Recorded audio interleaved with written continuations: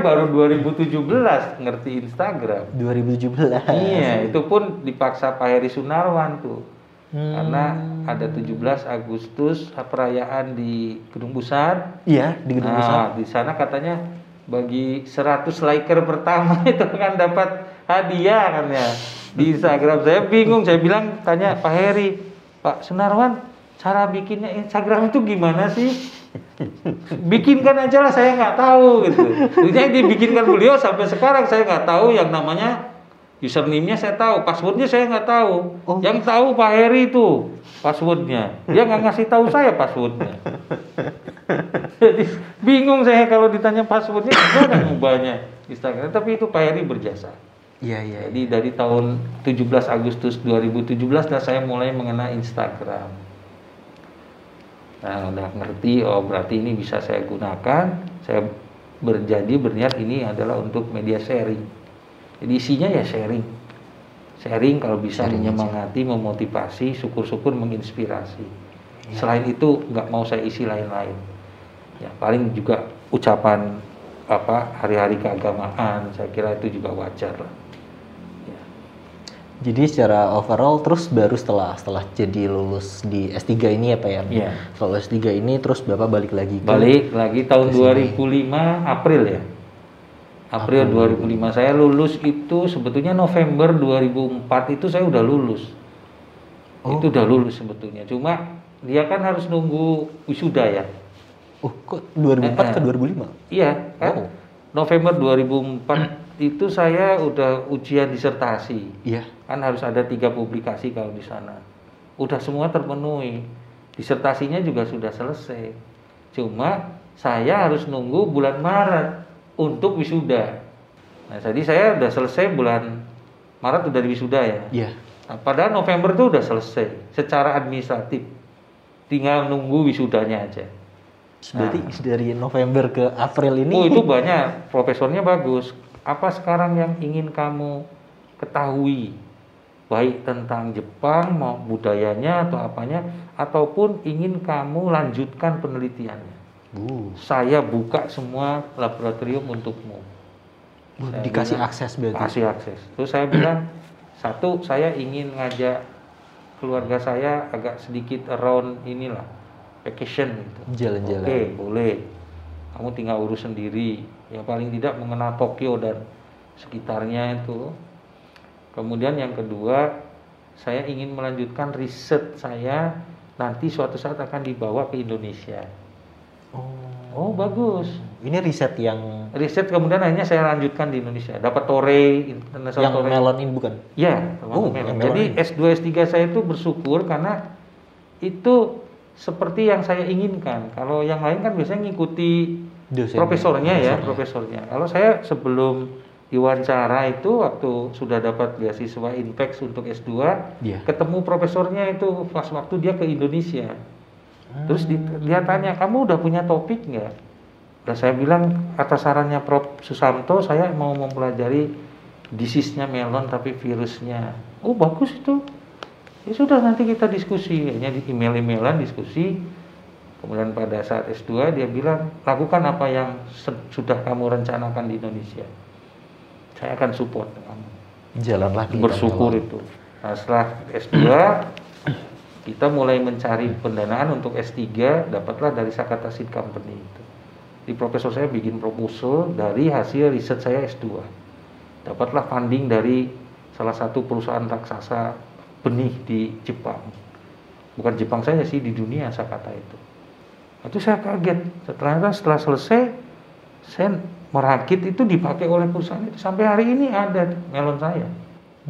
Bahkan ketika 2015 saya ke New Zealand, saya kaget itu. Ternyata di lahan melonnya itu ada melon saya. Maksudnya yang dulu saya teliti. Ya. Nah, kaget. Terus saya bilang, ini mesti dari Jepang ya. Benihnya dari ini, perusahaan ini toh. Kaget dia, loh kamu kok tahu? Nah saya yang bikinnya dulu. Waktu S3 saya yang bikin. Mana mungkin saya nggak kenal sama anak saya kan? Gitu peribahasanya. Dia yang saya bikin. Kamu tuh.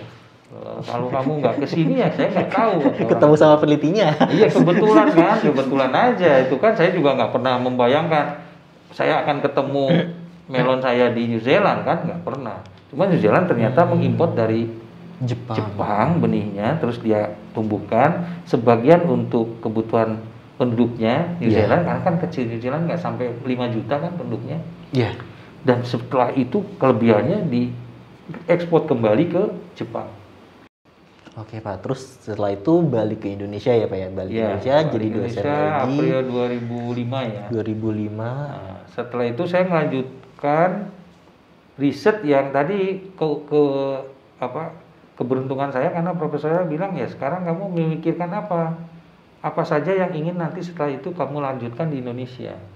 Itu punya waktu untuk nyusun proposal tuh. Jadi orang lain mungkin vacation atau kemana, ya saya juga vacation ya, ke Disney apa-apa yang pokoknya sama anak saya sama istri, ya saya juga iya. Tapi lebih dari itu saya udah nyiapkan riset yang akan saya kembangkan setelah saya pulang. Dan kemudian apply lah ke Torrey Foundation, Indonesian Torrey Science Foundation, ITSF. Nah tahun 2005 saya diterima untuk pelaksanaan di 2006 proposalnya. Kenapa diterima ya? Saya udah siapkan sejak jauh lama kok. Yang penting berani nyoba. Ya, akhirnya saya bersyukur itu, saya bisa diterima Torrey. Jadi Torrey itu kalau di Fakultas Biologi yang pertama dapat tuh Prof. Kumaladewi. Kumaladewi itu dosen biologi pertama kali yang dapat Torrey. Ketika saya masih dosen muda, tahun 97 atau 98 beliau dapat itu. Nah setelah, karena beliau udah lama banget ya, udah lama banget, karena beliau waktu itu sudah S2. Dia lulus dari Tasmania ya, udah S2. Nah terus saya tanya-tanya, beliau baik kan, Mbak gimana caranya bikin ini yang proposal Torrey itu, begini. Nah tapi kan saya masih S1 kan, nggak pede gitu. Nah setelah pulang dari Jepang kan saya udah doktor, saya apply, dapat diterima. Nah, mungkin saya orang nomor 2 itu di biologi yang dapat Torrey itu. Nah setelah itu tahun 2008 dapatlah saya itu award itu, Best Science and Technology Award untuk Torrey. Dapat award ya. Nah, itu orang UGM kayaknya ya termasuknya baru satu itu. Kok kayaknya hidupnya Pak Budi kayaknya mulus banget ya. Enggak juga sih. Ya, enggak juga. Itu usia 38 tahun. Sayangnya kata orang-orang Torrey, kamu terlalu muda ya untuk dapatkan ini, karena biasanya kalau udah dapatkan award itu saya nggak boleh lagi mengajukan penelitian, padahal penelitiannya itu boleh sampai usia 45. Nah, jadi setelah itu baru saya kemudian proposal saya kasihkan aja idenya ke sahabat-sahabat saya ya. Jadi nanti nama yang mengajukannya sahabat saya. Dapat juga dia. Karena saya udah nggak boleh, kalau sudah dapat award udah berbagi tadi ya, termasuk sangat mudah itu untuk dapatkan award itu. Dan itu uangnya lumayan untuk level Indonesia. Kaget saya ternyata ada foundation yang di Indonesia menghargai science and technology.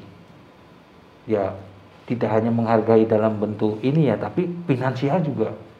Kaget saya. Ini besar ini. Mohon maaf ya, waktu itu 60 juta. Bersih saya dapat dari Torrey itu. Untuk level Indonesia saya kira waktu itu termasuknya besar. Nah, tapi konsekuensinya saya nggak boleh lagi ngajuin. Karena kamu kan sudah kelas berat, masa ikutan lagi kelas di bawah. Udah jago. skip. Kan nggak boleh lagi. Kasih kesempatan lah buat orang yang lain. Iya. Makanya para boardnya bilang kamu terlalu muda itu untuk kamu. Tapi ya gimana lagi, kamu memang layak. Saya juga agak nyesel, tapi lah ya itulah mungkin Allah saatnya itu memang. Karena sebelum saya memang nggak ada yang usianya segitu gitu. Yang dapat award itu biasanya 40-an. Meskipun pada saat saya kuliah S2, S3 saya dapat 2 award itu. Satu itu yang Scientist Award dari Belgia, dari International Society for Horticultural Science sedunia. Dari Belgia. Dari Belgia itu. Namanya ISHS, International Society for Horticultural Science. ISHS. Itu tahun 2001 ya, 2001. Terus yang berikutnya saya dapat juga dari JICA. JICA itu Japan International Cooperation Agency. Itu hadiahnya tiket pesawat kemanapun di dunia, tapi hanya pulang pergi ya. Cuma sekali ya, tapi? Sekali. Berapa orang mas? Satu orang? Satu orang tapi sayangnya. Terus sama uang 150.000 kalau nggak salah, yen. US dollar? Itu. Yen. Oh yen? Yen, uang itu 150.000 ya, yen. Tetap banyak Pak. Tetap banyak juga, lumayan sih waktu itu. Nah itu kalau yang International Society Award itu yang dari Belgia itu 50.000 yen. Karena waktu itu diadakan pas diadakan di Jepang. Tapi ininya organisasinya kan di Belgia kan. Itu sedunia kumpul di Jepang waktu itu tahun 2001 itu. Nah, dia dua kategori yang senior scientist sama young scientist. Saya dilarang dapat yang scientist itu. Terus pulangnya dikasih uang 50.000 itu sama sertifikat. Sekarang masih saya pegang sertifikatnya. Kalau yang JICA tes itu kompetisi, terus dipanggil ke gedung JICA yang tinggi sekali itu, terus kasih award. Cuma waktu itu saya bersyukur karena apa? Profesor saya diundang, senang saya ditemani profesor saya. Kalau yang ISAS enggak sendirian itu. Ini profesor yang dari S2? Yang S2 S3 itu. S2 S3. Nah, jadi sama, saya sama. Universitasnya sama, profesornya sama. Karena udah chemistry-nya kan udah bagus kan, melanjutkan aja. Nah itu dapat, nah akhirnya bingung kan, satu kali ke seluruh dunia tapi pulang pergi, tapi sekali. Akhirnya saya bilang ke istri saya, pakai ke Indonesia aja ya. Bisnis ya lumayan. Akhirnya ya pakai pulang pergi ke Indonesia. Istri saya ya beli sendiri sama anak saya. Ya ceritanya gitu lah. Jadi sampai pada akhirnya itu setelah balik ke Indonesia. Setelah balik ke Indonesia. Dapat Tore, kemudian dapat ya alhamdulillah dapat banyak penghargaan ya. Iya. Dari kemarin dari Yarsi juga saya dapat penghargaan. Yarsi. Ya, Universitas Yarsi pada saat Disnatalis ke-50 tahun. Terus dari UI juga saya dapat. Nah, jadi MIPA di UGM mungkin yang dapat dari UI baru 2 orang, Prof Endang setahun sebelumnya, dan kemudian berikutnya tahun saya. Prof Endang itu 2011 atau 2012, saya dapat 2013. MIPA untuk negeri. MUI, MIPA untuk MUN, MIPA untuk negeri. Itu awardnya UI, MIPA-nya UI bagi seluruh saintis di Indonesia. Sayang waktu itu saya diundang untuk menerima awardnya. Iya. Saya pas kebetulan juga di sini ada acara, akhirnya ponakan saya yang di UI, anak kakak saya yang mewakili. Jadi dia mewakili saya, terus dia disuruh ngomong. Om saya nggak bisa datang. Saya bilang, dia kaget disuruh ngomong mewakili saya. Aduh, gimana ya? Dia anak ekonomi disuruh bilang di science kan. Dia bingung, ini tugas paling berat kan. Saya nggak bisa ngomong, nggak ngerti bidangnya. Nggak apa-apa. Iya. Banyak cerita ya. Udah deg-degan di sana, udah sport jantung. Udah sport jantung dia. Mana ada rektornya, ada apanya kan? Dia kenal kan? Nah, waduh, ini ada. Aduh, seneng banget ya Allah gitu. Karena dia ini pekerjaan terberat dalam hidup saya. Gara-gara mewakili om saya nggak bisa datang. Sampai pada akhirnya sekarang jadi dekan ya Pak ya. Jadi setelah dulu perjalanan Bapak sampai pada akhirnya sekarang jadi dekan. Nah, terus kalau sekarang di posisi Bapak Budi sekarang nih ya, terus flashback ke belakang, pernah nggak sih Pak dulu ngebayangin suatu saat jadi dekan gitu? Nggak ada. Ya ngalir saja. Oh, nggak pernah ngebayangin? Nggak ada. Pokoknya tadi aja jadi dosen aja kan saya kurang pede kan. Iya. Karena banyak juga anak kawan-kawan saya yang pinter-pinter itu. Pinter-pinter, anak-anak Jogja pinter itu. SMA 1, SMA 3. Ya. Tapi ya itulah yang membawa ngalir saja. Ya perjalanan hidup dan itu. Saya mungkin karena saya memang senang organisasi aja gitu ya. Apapun organisasi, mau masyarakat, mau di kampus gitu ya. ya saya suka. Nah, kayaknya ini yang penting nih buat adik-adik itu.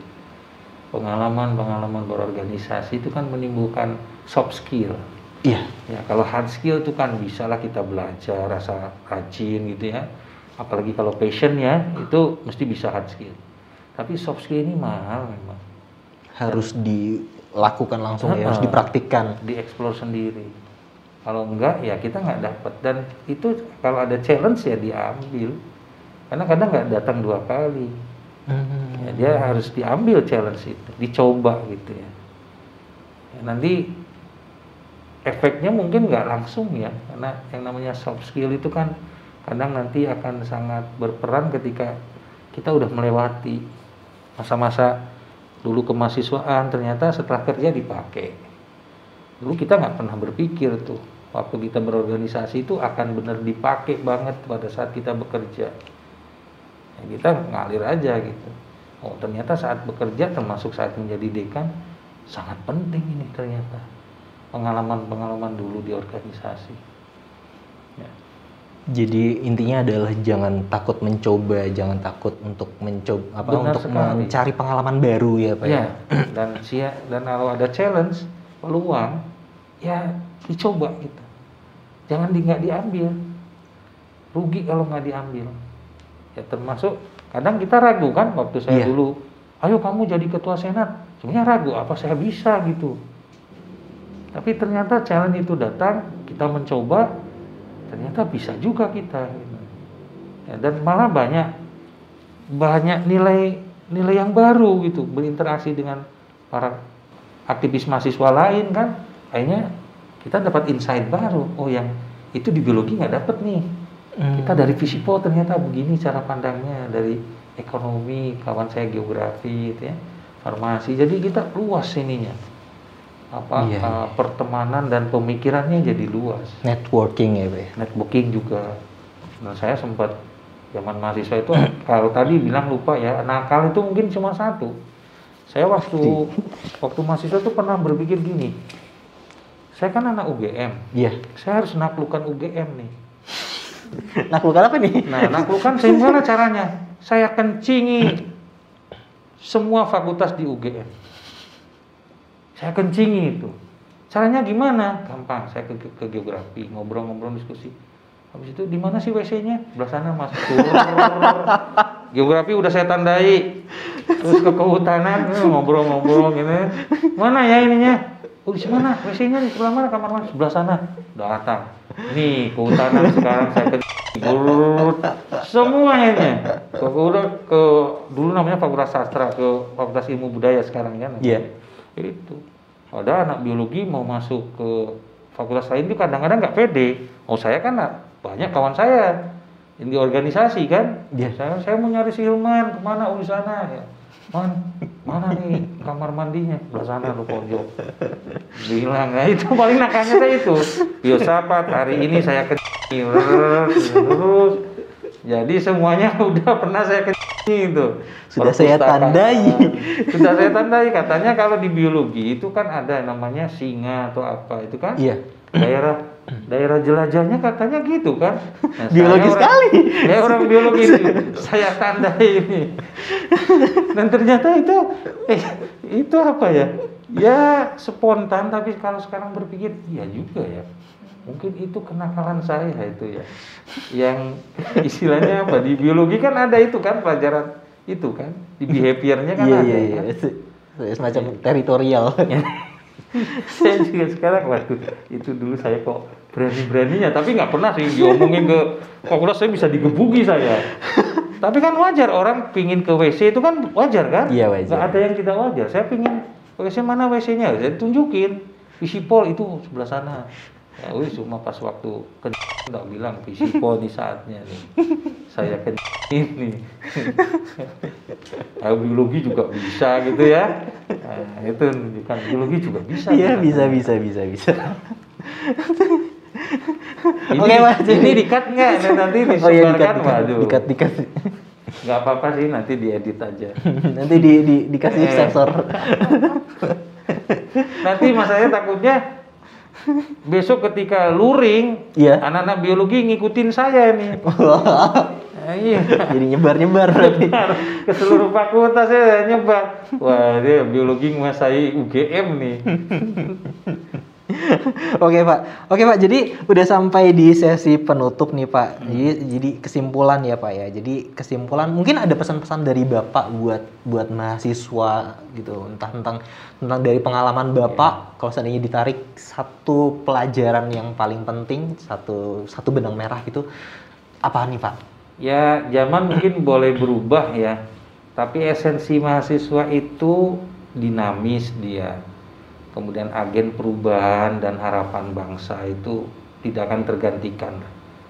Dia akan menjadi harapan di setiap generasi itu. Bangsa kita berharap karena dia kan yang meneruskan kan. Iya. Nah, kemudian tadi dinamis dia. Dinamis itu artinya apa? Dia menikmati betul masa yang dia lalui. Tadi saya juga belajar ya, saya belajar berorganisasi, bermusik, berseni, berkebudayaan. Itulah yang kemudian banyak menyebabkan bekal bagi kita, terutama bekal pengalaman. Jadi jangan takut untuk mencoba, jangan takut untuk menggali potensi juga ya, mengeksplor potensi. Dan bagi saya itu, saya di setiap saat tahapan itu saya berkeinginan untuk melakukan yang terbaik minimum bagi diri saya. Ketika saya jadi mahasiswa biologi, saya ingin yang terbaik bagi diri saya. Ya syukur-syukur bagi fakultas ya. Tapi paling tidak saya kalau ketika saya melakukan seminar, riset seminar tadi di Dieng, saya juga ingin melakukan yang terbaik. Ketika membuat laporan seminar, itu saya ingin yang terbaik. Yang bisa saya lakukan. Ketika skripsi juga sama. Jadi saya ingin bekerja atau mengerjakan sesuatu atau berkarya dengan sekuat tenaga yang bisa saya lakukan, dan itu menurut saya yang terbaik dari yang saya punya. Iya. Nah, itu harus ada menurut saya. Jadi kalau bangsa ini setiap individunya bisa bekerja atau berkarya yang terbaik minimum menurut dirinya dan memaksimalkan apa ya potensinya, saya kira ini akan menjadi energi yang terbaik. Ya pastinya ujung-ujungnya kan semua pekerjaan kita persembahkan kepada yang menciptakan kita kan. Intinya kan itu. Ya buat apa kita bekerja kalau bukan untuk mendedikasikan semuanya kepada yang menciptakan kita. Itu saya kira itu. Jadi enak. Sekarang jadi dekan ya semampu mungkin saya ingin memberikan yang terbaik, yang saya bisa gitu ya. Yang saya bisa untuk terbaik untuk biologi. Begitu. Saya jadi dosen ya pingin yang terbaik. Yang saya bisa kalau bimbing mahasiswa ya saya berikan yang terbaik yang saya bisa gitu. Mudah-mudahan dia ngepek gitu. Syukur-syukur ya. Kalau udah gitu saya udah tenang.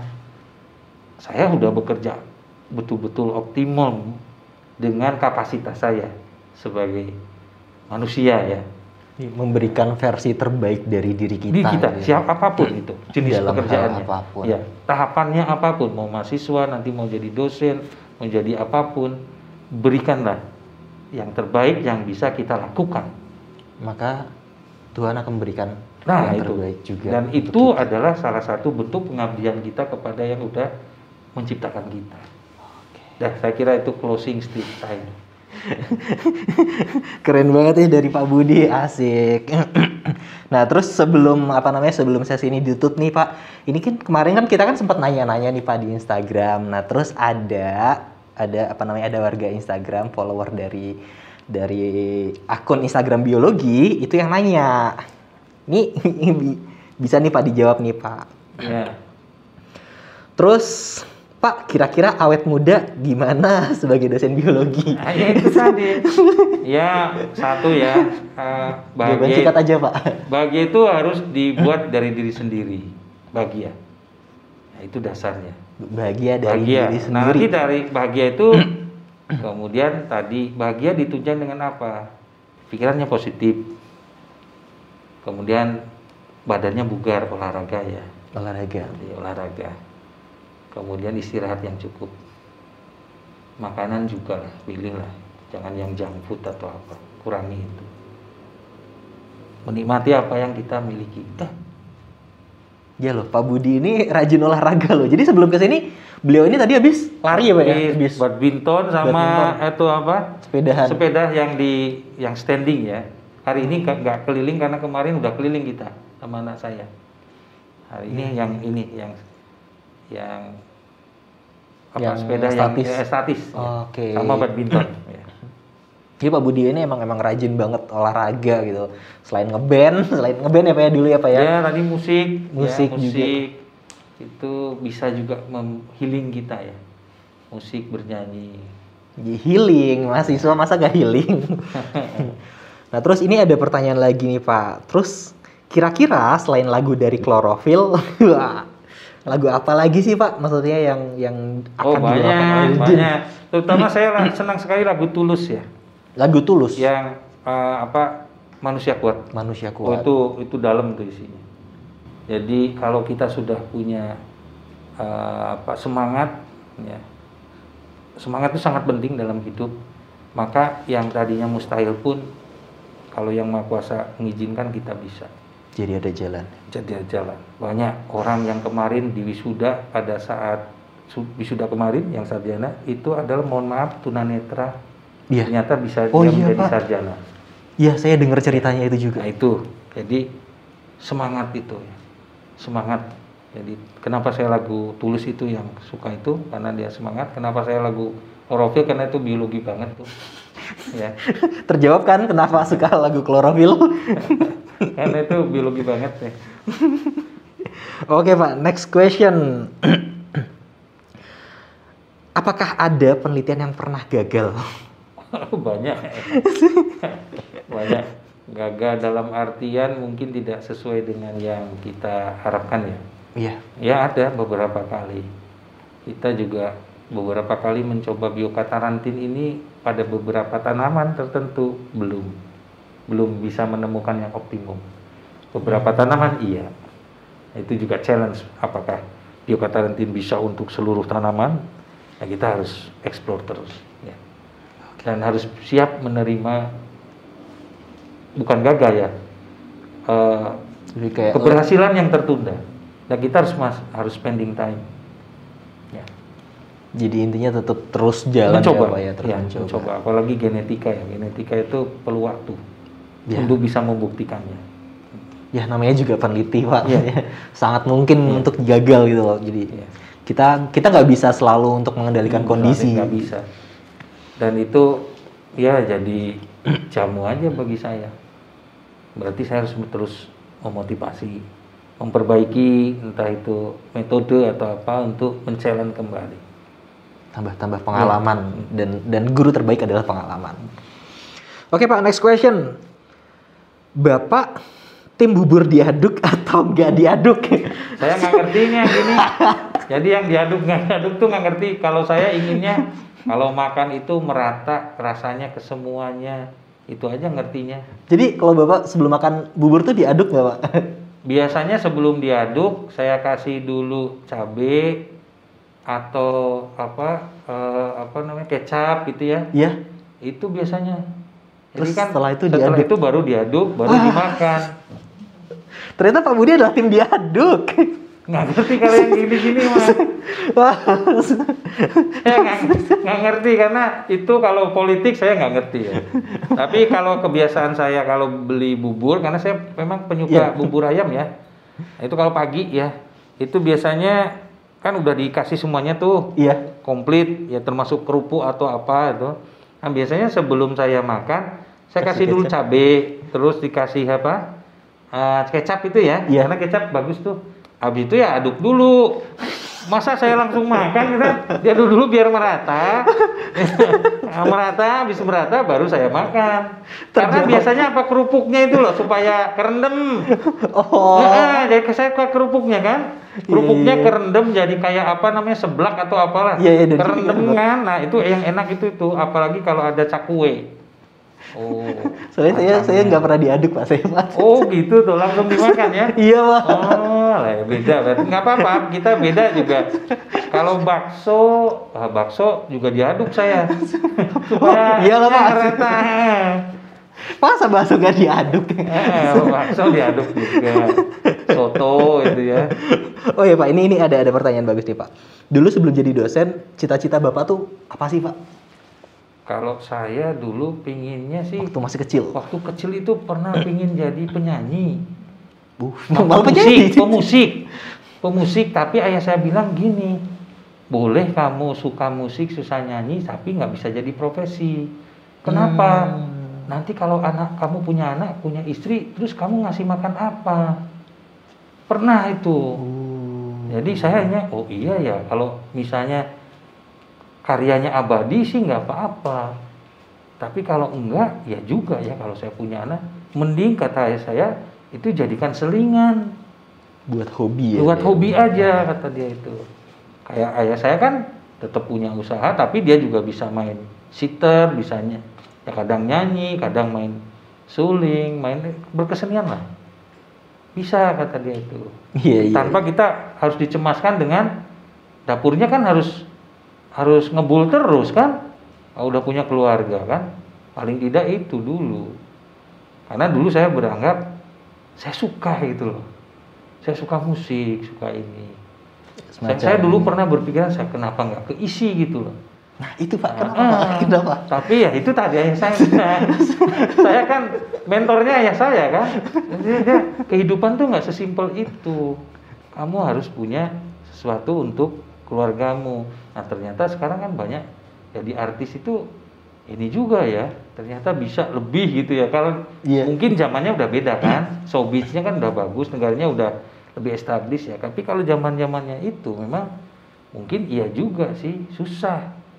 Kan untuk jadi pemusik atau apa zaman itu kan tidak established. Kalau sekarang showbiz kan bagus banget tuh, anak biologi jadi artis juga bagus, jadi musisi atau apa ya. Iya Pak, kenapa nggak keisi terus jadi dosen kesenian gitu?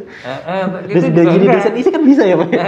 Tapi saya kayaknya kurang pas. Dan itu yang kedua karena saya sering ikut ya kalau minggu atau ya terutama minggu karena dulu Sabtu juga masih kerja ya ayah saya. Minggu itu sering diajak tuh sama dia ke lahannya itu loh, ke sawahnya, ke itunya. Mungkin itu tadi sehingga saya suka kan dengan biologi kan. Nah, sehingga akhirnya sedikit demi sedikit ninggalin yang saya suka bermusik, berkesenian tuh sedikit-sedikit saya tinggalin migrasi gitu. Meskipun ininya sih sampai sekarang saya memang suka. Iya. Memang suka nyanyi. Saya.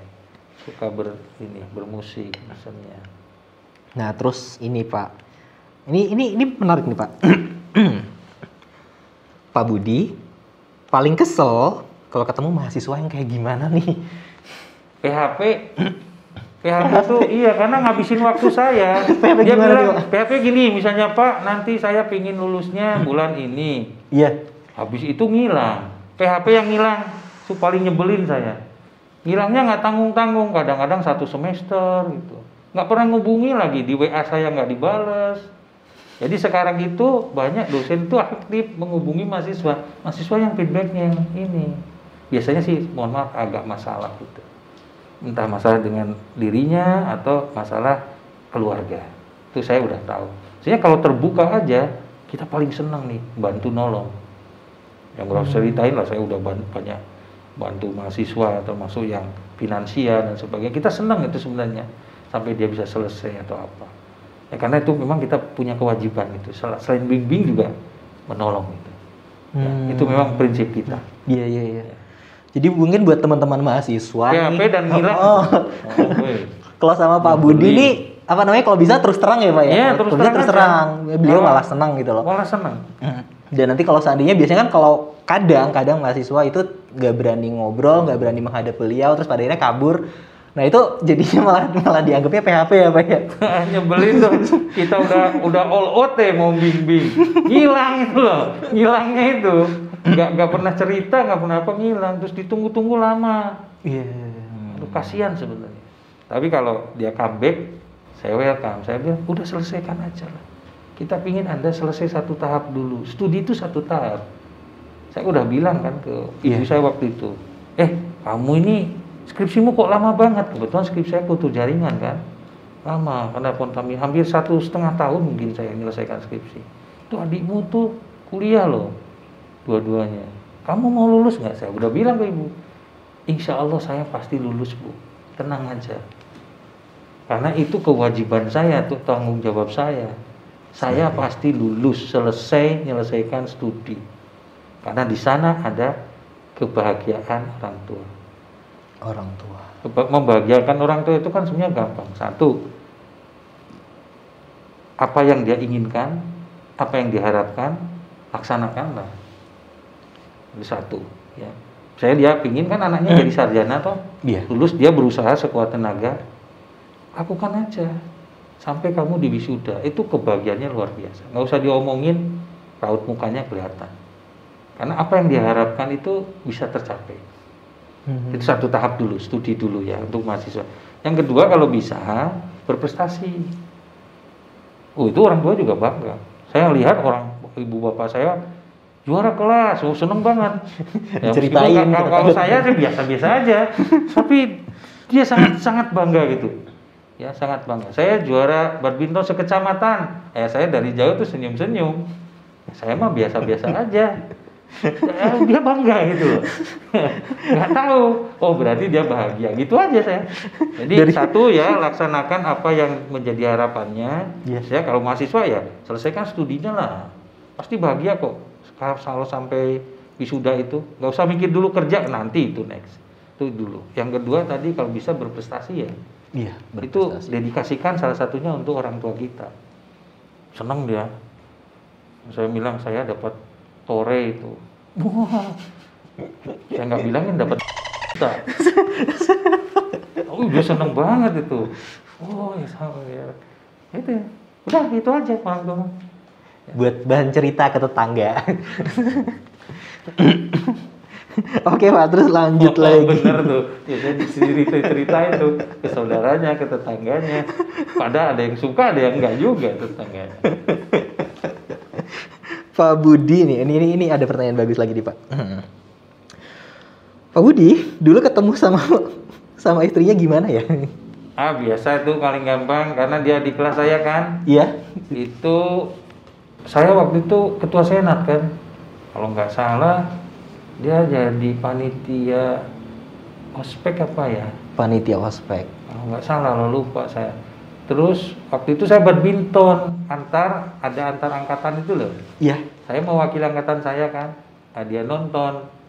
Saya lihat ketika saya nyemes atau ngalahkan, dia kok kelihatannya senang gitu lah. Oh berarti dia paling nyenengi saya. Oh gitu aja. Saya cuma feeling aja. Oh kalau saya kok nyemes, saya bisa ini ngalahkan. Ini nih saya, oh dia kelihatannya sorak-sorak gitu ya. Oh berarti dia suka. Itu aja gampang.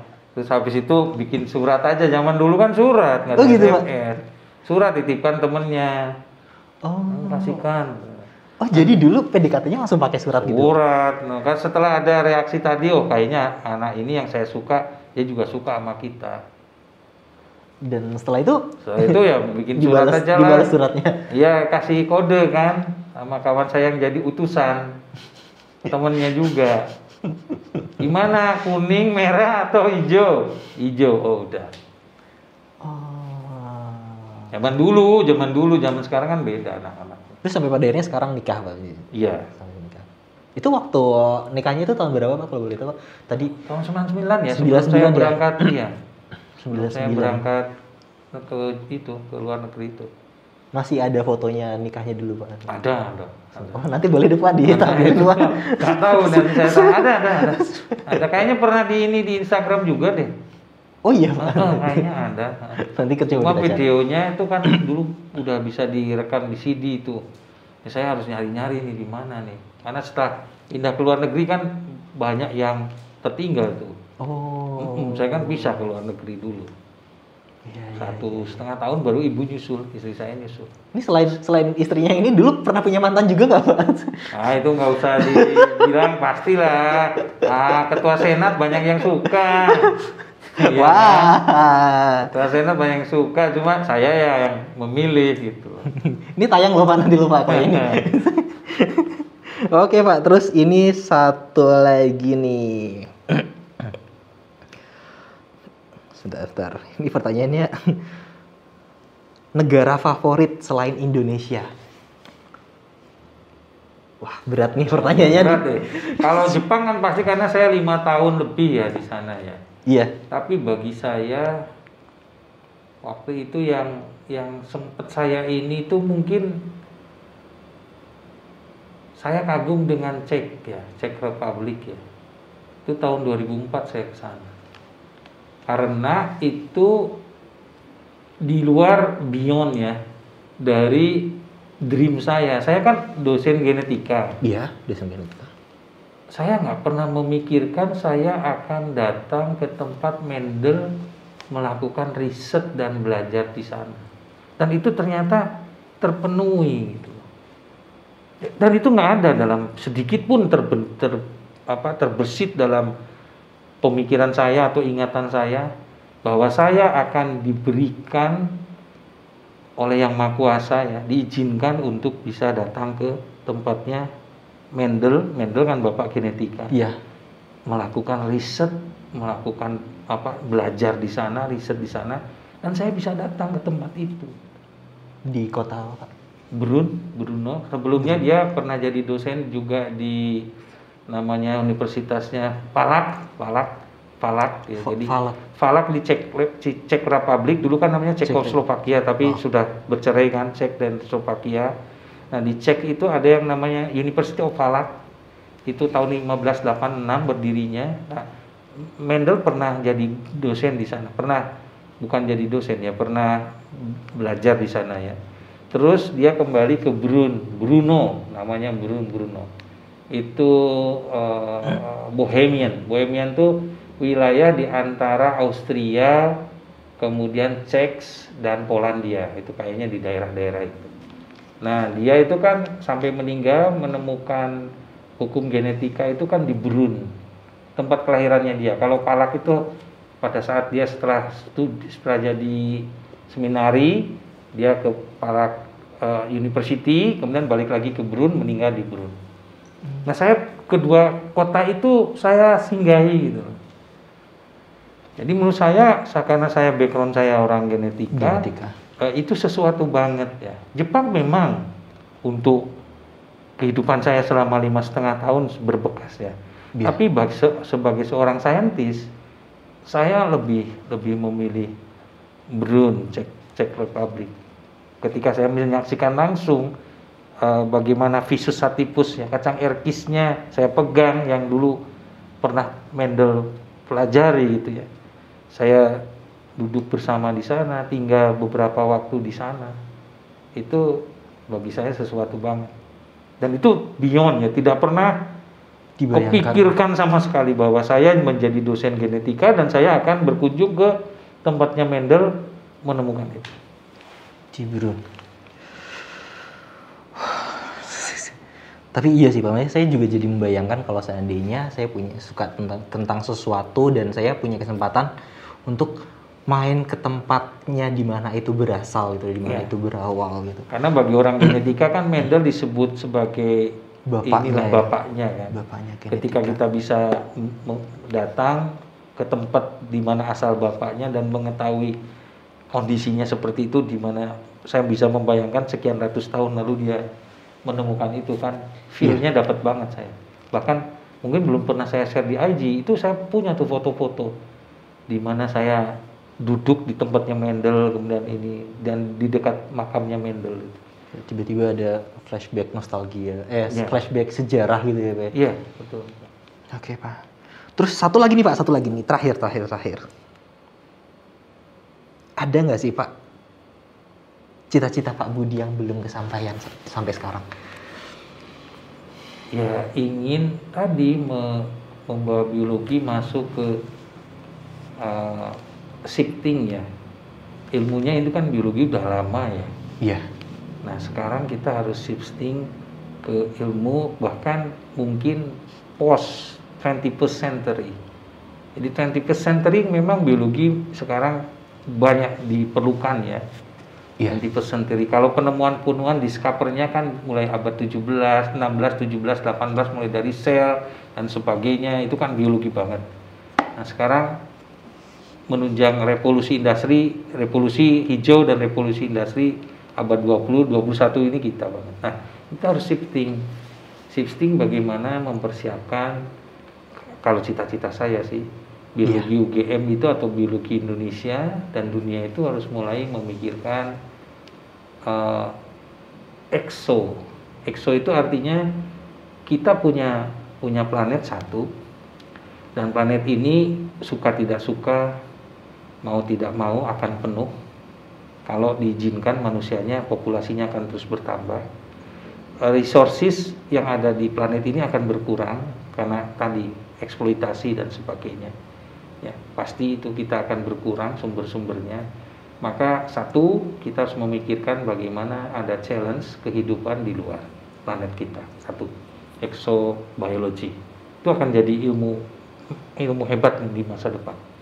Ya, science fictionnya banyak, film-film science fiction ke sana, dan ini awalan yang bagus, tetapi biologi kita juga harus mempersiapkan.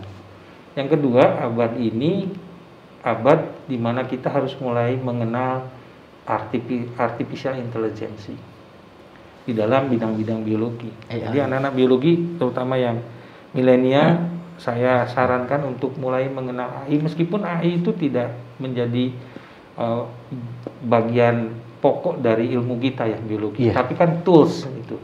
Tools, bagaimana kita dulu memperkenalkan bioinformatics.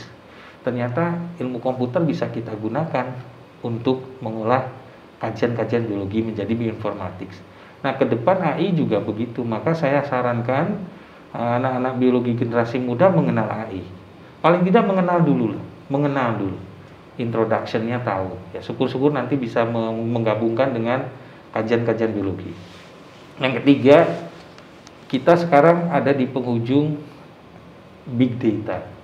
Big data mau nggak mau, kita memang udah memulai dengan misalnya gene bank yang tadi lahirlah bioinformatika dari bioteknologi dan bioinformatika.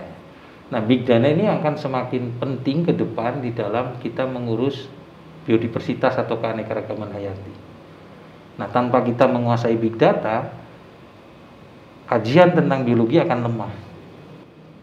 Dan kita harus mulai mengenal bagaimana cara mengolah big data yang berkaitan dengan keanekaragaman hayati, mau tingkatnya gen, mau tingkatnya spesies atau populasi, atau tingkatnya ekosistem. Itu harus kita kuasai. Exobiology, kemudian artificial intelligence, kemudian big data analysis, itu yang akan menyebabkan nanti generasi-generasi biologi yang akan datang ini akan mulai shifting ke future. Itu yang saya cita-citakan. Saya sudah cukup dengan classical biology atau conventional biology dan middle biology, bioteknologi gitu, rekayasa genetika.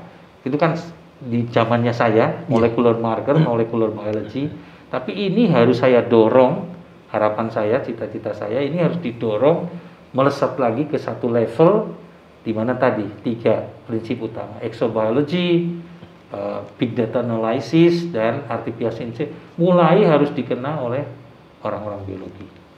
Nanti penggunaannya terserah sesuai dengan passionnya masing-masing. Tapi itu adalah 3 alat yang harus mulai kita mengenal dulu. Ya. Kalau nggak mengenal kan repot. Kata sayang. Ya. Oh, mungkin ditambahkan satu ya Mas ya. Iya. Yaitu metaverse. Ya. Saya kemarin kemarin saya udah nulis sebenarnya udah dimasukkan ke Kompas, ke Republika, tapi mohon maaf di Republika di reject, ke Kompas belum ada tanggapan. Ini saya masukkan ke KR, minimum lah di KR, mudah-mudahan 1, 2, 3 hari ke depan ini sudah dipublish ya, tentang metaverse dan dunia hayati. Di sana saya menceritakan bagaimana biologi juga harus mulai mengenal metaverse. Baik itu sebagai media pembelajaran maupun sebagai bahan kajian. Contohnya bagaimana? Kita mengetahui bahwa evolusi itu kan sudah berlangsung ratusan juta tahun. Iya, sudah. Dengan pendekatan metaverse itu bisa kita mereplikasi masa lalu. Kita mulai masuk bagaimana dinosaurus dan kawan-kawannya itu bisa berevolusi, itu melalui metaverse itu bisa. Jadi istilahnya itu membangun ulang ekosistem. Ekosistem dengan sistem metaverse. Karena kalau dengan sistem metaverse susah kita membayangkannya. Kan kita hanya belajar dari bukti-bukti fosil dan sebagainya. Tapi dengan ada metaverse, ini bisa jadi dengan 3D ini hidup nih. Kita bisa melihat langsung bagaimana proses terjadinya evolutionary. Itu satu. Dan kepunahannya bagaimana. Dengan metaverse itu bisa. Sehingga film-film yang science fiction seperti Jurassic Park, Jurassic World, dan yang akan datang, tahun ini akan keluar lagi, itu bisa pendekatan melalui metaverse untuk ilmu-ilmu biologi. Itu yang ada kaitannya dengan evolutionary dan sebagainya. Yang kaitannya dengan biomedis dan sebagainya juga bisa didekati. Ekologi, biosphere dengan metaverse itu bisa. Dan saya kira metaverse itu kan sama, tools kan. Iya. Nah itu kita juga harus mengenal.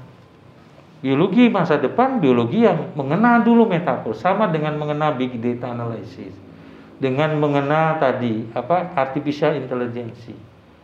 Kalau objeknya bisa exobiology, karena nanti di bumi ini kan sudah padat kita. Bahkan mungkin one day itu spesies apapun sudah diketahui semua one day. Nah saatnya kita mengeksplor luar angkasa. Itu cita-cita yang sebetulnya kalau saya bisa berumur panjang atau next generation saya kira saya bertitip gitu ini kalau bisa dijaga untuk biologi supaya lebih maju ke depan. Iya. Itu yang bisa saya sampaikan. Jadi kalau seandainya, jadi tujuan Pak Budi adalah bertujuan untuk agar mendorong generasi muda gitu untuk mengenal ya, membuka wawasan, mengenal 4 tadi ya, maksudnya exobiology, terus tadi ada big data, terus ada AI, artificial intelligence, dan juga metaverse. Kita harus mulai mengenal itu. Minimum mengenal dulu ya Mas. Iya. Terus setelah mengenal kan dia akan tahu potensinya, passionnya di mana. Nah itu mulai kita masuk. Karena keterlambatan kita di dalam mengenal, kesulitan kita untuk bisa shifting masuk ke dalam sistem itu. Ya. Jadi balik lagi ke apa yang disampaikan beliau tadi gitu. Ini jadi kita dihadapkan sedang dengan dunia baru. Jadi buat buat teman-teman yang masih muda, masih fresh, masih semangat gitu. Jangan takut buat mencoba ya Pak ya. Jangan takut buat mencoba. Saya aja udah generasi 5 ya, digit 5 ya. Saya aja kalau masih ada kesempatan ingin belajar. Ini kan baca-baca metaverse itu apa sih? Sehingga tadi saya punya opini ditulis di koran itu. Karena saya ingin mengenal. Apalagi Anda yang masih muda-muda. Waktunya masih panjang, masih luas. Karena waktunya masih panjang, jangan takut mencoba. Oke, jadi mungkin buat kali ini makasih banget buat Pak Budi atas waktunya. Tadi udah capek-capek habis dari olahraga langsung lari ke sini ya. Makasih banyak buat waktunya Pak Budi, dan mungkin dari teman-teman gitu pada akhirnya bisa mengenal lebih lanjut ya tentang Pak Budi. Jadi karena pandemi ya Pak ya, karena pandemi jadi tapi nanti kasih aja lagu klorofil Mas, kan ada itunya. Ada rekamannya kan? Iya. Nanti buat yang pengen tahu beliau nyanyi nanti bisa DM aja nanti. Oke, jadi mungkin cukup sekian dari buat sesi terakhir ya Mas ya. Ya, monggo. Bayam berbiji. Di pinggir kali. Salam lestari dari Fakultas Biologi. Oke, selamat siang dan sampai jumpa di episode berikutnya dari Biocast, Biologi Podcast. Terima kasih.